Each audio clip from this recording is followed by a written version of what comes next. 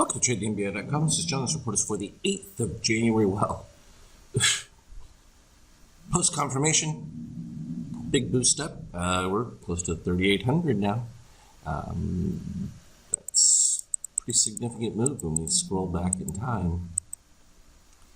And you look at us back in April and that, when everyone was saying gloom and doom. And I was pointing out that with all that liquidity that they were throwing at it, that there was no way to go but to devalue the market, dollar, and that was going to result in them forcing the ES to accommodate that devaluation by increasing in value, just the opposite of what all the people who are looking at PE ratios and all the other,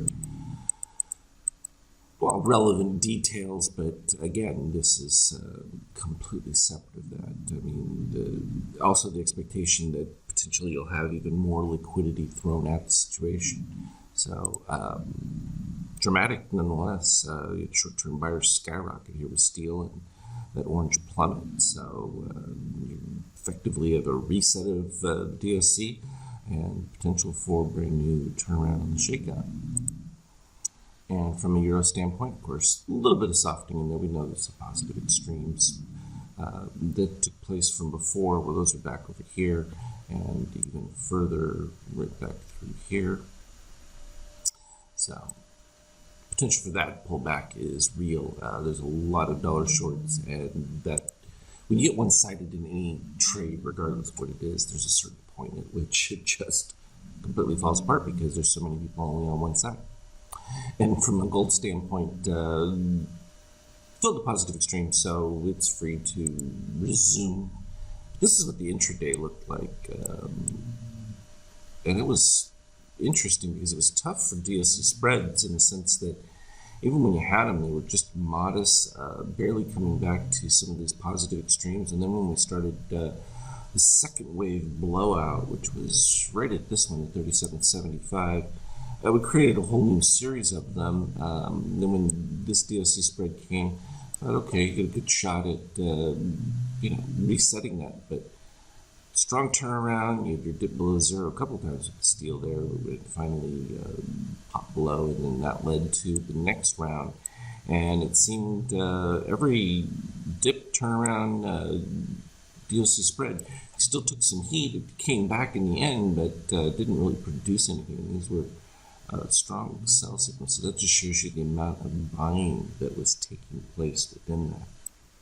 So I thought I'd throw this one. This is Tesla. People were asking about it on Skype chat, so I thought I'd plop it in there. And this just looks back, well, from now to last August. We can continue to shrink this, but every breakout move, this one started the close right here, 440 to where we are currently at 816, so that's a doubling.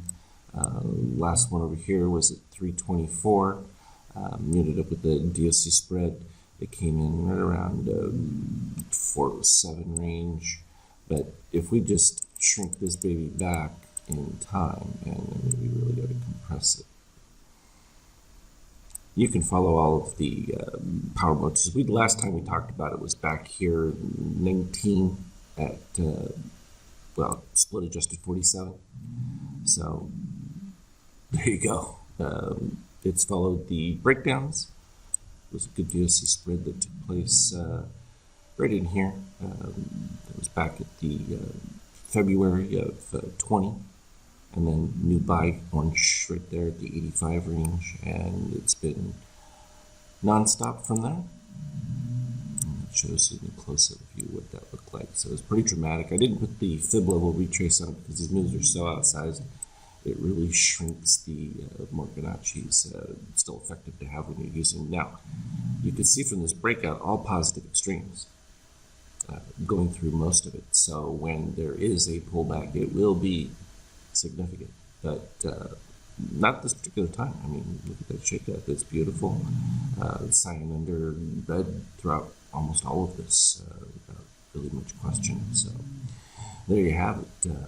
When we were talking about, we've been discussing some of these things for years that, that's, I should point out what paint bar that thing is, DealCon Paint 2. So very effective. What we're running on the 5K right here is the DNC Power 2 Cross. So also very effective in the color range on that. No question about it. As always though, I will continue to put up details on the Skype channel. Trade well. We'll talk to you later.